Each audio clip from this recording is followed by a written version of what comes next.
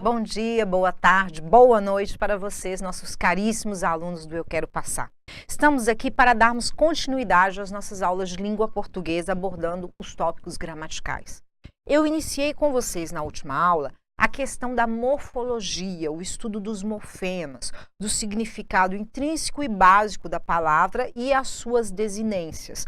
Os morfemas lexicais, que são as partes das palavras que carregam a sua menor unidade significativa, e os morfemas gramaticais, que trabalham gênero, número, modo, tempo e pessoa. Nós daremos continuidade a esse estudo da morfologia, da formação e estrutura das palavras, estudando hoje a questão dos radicais gregos e latinos, sua significação e exemplos, e prefixos gregos e latinos também com a sua significação e exemplos. Depois do estudo da estrutura e formação das palavras, da questão de significação das palavras, nós começaremos as 10 classes de palavras da língua portuguesa. Certinho? Então, vamos continuar com o estudo da morfologia. Dentro da morfologia da estrutura e formação de palavras, nós temos aqui alguns exemplos de radicais de origem latina. Muito cuidado com a questão de radicais e a questão de prefixos. Os radicais, normalmente se agregam a outros radicais. É o caso da biologia que eu expliquei para vocês na aula passada. Então, você tem o radical bio e o radical logia. Eles se agregam através do processo de formação de palavras chamado hibridismo, que é quando uma palavra se origina de duas outras de língua estrangeira. E, normalmente, a língua estrangeira diversa, diferenciada. Quando eu tenho prefixo grego e latino, é diferente. É o caso de você ter, infelizmente, você tem um prefixo in. Abster, você tem um prefixo abs, que é agregado à palavra ter. Então, radicais são partes que existem, carregadas de sentido e significado isolado, que são colocadas juntas pelo processo de hibridismo, da formação de palavras do hibridismo. A prefixação, o prefixo carrega um sentido, mas este sentido não é independente, não é próprio como do radical, que pode existir sozinho. Certo? Então, você precisa de uma outra palavra já existente para agregar este prefixo. Eu trouxe para vocês alguns exemplos de radicais de origem latina. Não dá para selecionar sequer aqui os mais usados, porque a lista seria realmente muito grande. Então, só para mostrar a vocês como reconhecer algumas palavras de origem latina, nós temos que ser espertos. As palavras de origem latina, elas têm uma relação com a história, a própria história de evolução dos países que falavam a língua latina, a questão da própria Grécia também, coisas pertinentes à história da Grécia que nos faz remeter àquela palavra, aquele significado ao grego ou ao latino. Além do mais, a nossa língua ela é predominantemente originada da língua latina, apesar das várias outras influências. Então, nós podemos assimilar a origem latina com várias palavras que nós temos de origem portuguesa mesmo. Então, vamos dar uma olhada nesse pequeno quadro de exemplos de radicais de origem latina. Nós temos aqui na primeira coluna os radicais, o significado e exemplos, apenas um exemplo de cada. Nós temos aqui o radical agri, que quer dizer campo, e forma um exemplo aqui, agricultura. Agridoce, certo? Ali no caso, o agri, ele toma um pouquinho o significado, muda um pouquinho da ideia de campo, tá? O agridoce, normalmente, ele quer dizer uma coisa que é agri, é um pouco mais ácida, mais pega o paladar e modifica um pouco em relação ao saborear do doce. É diferenciado. Então, a agricultura vem do radical agri, que significa campo. Api, abelha, apicultura, cultura de abelha. Auri vem de ouro, aurífero, né? Seria a região onde há a produção do ouro. Bele vem de guerra, belígero, beligerança, bélico. Capiti vem de cabeça, a capital é a cabeça de tudo, né? onde ali gira tudo que acontece na nação quando é a capital nacional ou a capital de cada um dos estados. Sida, que mata, homicida, raticida, pesticida. Então, tudo que mata. Dócil, que ensina. Daí vem o corpo docente da escola. O corpo docente, então, é formado de professores. O corpo discente é formado de alunos, tá? Fero, que contém ou produz. Mamífero, que produz o quê? Mama, que tem mama, que produz o leite, que tem as mamas que produzem o leite através das glândulas mamárias. Então, são alguns exemplos de radicais de origem latina. Vamos adiante. Alguns exemplos de radicais de origem grega. Acro, alto, acrópole. Poli, cidade. Cidade que fica no alto. Agogo, que conduz. Pedagogo, o que conduz.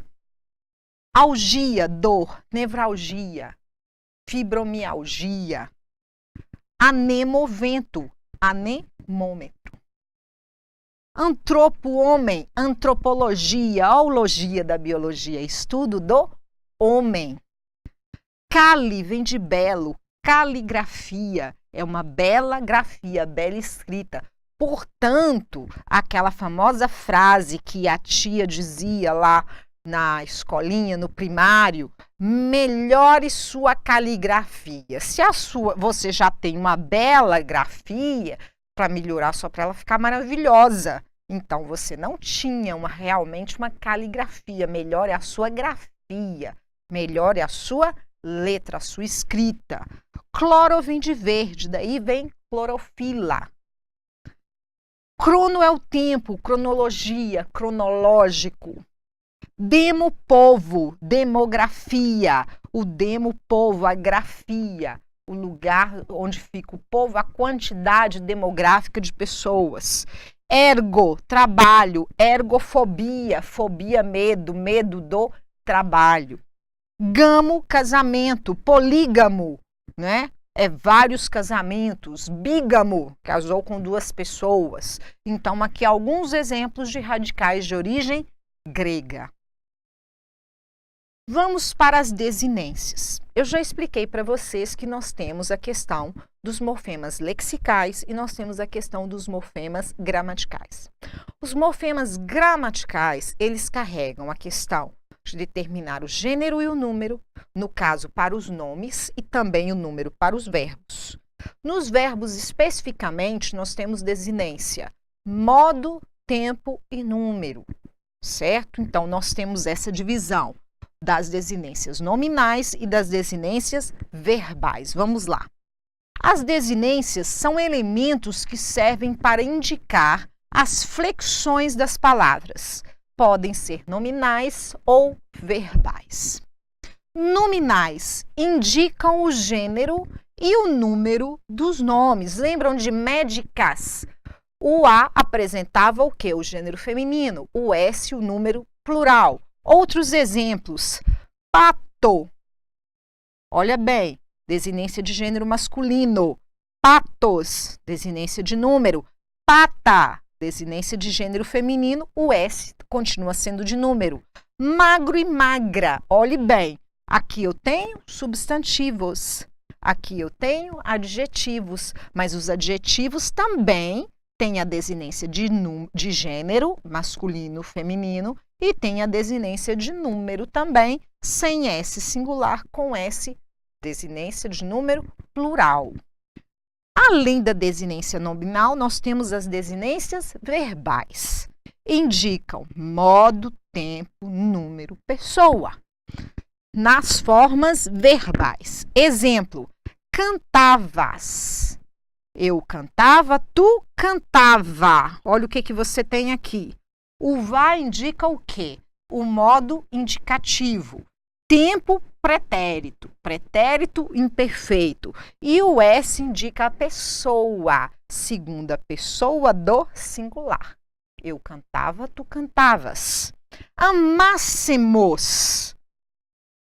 Olhe bem.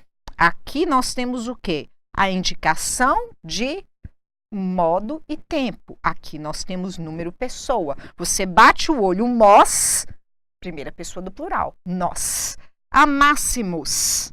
Se nós amássemos. O se você coloca para formar o quê? Se nós amássemos, se eu amasse, se tu amasse, se nós amássemos. Modo subjuntivo. Pretérito do subjuntivo. Partiremos. Eu partirei, tu partirás, ele partirá, nós partiremos. Mos desinência o quê? De pessoa e número. Pessoa primeira, número do plural. Partiremos. Olhe bem. Radical partir. Partir forma o quê? Forma o meu infinitivo. Nós temos aqui em partiremos a vogal E, que é uma vogal de ligação. Cuidado. Nós temos aqui claramente um futuro do indicativo. Um futuro do presente. Só que nós não temos aqui a desinência clara desse futuro do presente. Então, como você sabe, professora, que é o futuro do presente do indicativo? Porque você tem que saber conjugar o verbo. Independentemente que você saiba ou não qual é a desinência correta, você tem que saber a conjugação. Sabendo a conjugação, você descobre porque há tempos e modos que não apresentam a desinência. Sempre você terá, sempre em português significa 99,9% das vezes, vocês terão a desinência número pessoal. Nem sempre vocês terão a do modo e do tempo. Certinho? Vamos adiante? Nós temos aqui agora a vogal temática e o tema. Ali atrás eu falei com vocês da vogal temática. Já trabalhei em outra aula também a vogal temática no caso do verbo amar. Quando eu disse para vocês que amávamos, o A ali, ele funciona como uma vogal temática. Amávamos. Só que quando eu trabalho a primeira pessoa do presente, do indicativo, do singular, eu amo, eu tenho uma vogal temática O. Eu não tenho mais a vogal temática A. Então, vocês têm que ter muito cuidado que uma vogal temática ela pode não ser fixa. Ela pode variar, certo? Então, a vogal temática, se é vogal, só pode ser a E, I, O, U. E nós temos o tema, que é formado a partir do radical com a vogal temática. Vamos ver. A vogal temática é o elemento que possibilita a ligação entre o radical e as desinências. Lembrem-se do amávamos. Nós tínhamos o vá, que era o modo temporal, e o mos, que é o número pessoal. O AM era o meu radical. E o A, ele ligava o meu radical às suas desinências em amávamos. O tema é o radical, no caso AM, e a vogal temática A, que ligava ao vá e ao mos, que eram as desinências verbais. Vamos aqui a um exemplo. Ter. Ter é o radical. A formando terra é o quê? A vogal temática é o A. O radical ter mais a vogal temática A me forma o tema, que é terra. Outro exemplo, cante, radical. Vogal temática A. O tema, que é o radical mais a vogal temática, canta. Certo? Radical, AM. Vogal temática A. Tema, ama. Então, o tema é a junção do radical com a vogal temática. Muito simples, bem básico. Aprofundaremos nisso simplesmente na resolução de questões. Observação. Todas as vezes que aparecem observações, eu digo para vocês tomarem muito cuidado. É para destacar mesmo. Se a palavra terminar em vogal tônica ou em consoante, ela é atemática. Ela não possui vogal temática. Portanto, a vogal temática tem que ser átona. Ama. Amo. Se a vogal temática for o tema, ela não é vogal temática. Aliás, se a vogal temática for tônica, desculpem, ela não é mais vogal temática mesmo. Ela passa a ser uma vogal atemática. Ela só é temática se ela for átona. Se ela for tônica, ela é chamada de atemática. Tatu, tatuzinho. Isopor, isoporzinho. Eu não tenho uma consoante de ligação. Funil, funilzinho. Eu não tenho aqui, no caso, realmente uma consoante de ligação. Eu tenho o quê? Nós temos consoante ou vogal atemática. Normalmente, dificilmente os concursos vão cobrar isso de vocês, certo? Vamos começar a estudar os famosos afixos, certo? Que são elementos que se ligam ao radical para formar novas palavras. Quando ocorrem antepostos ou antes, são chamados de prefixos. Quando pospostos, são chamados de sufixos. Nós começaremos a nossa próxima aula exatamente com essa questão dos afixos, trabalhando os sufixos e os prefixos, gregos e latinos, inicialmente, com vocês. Bons estudos e até a próxima aula.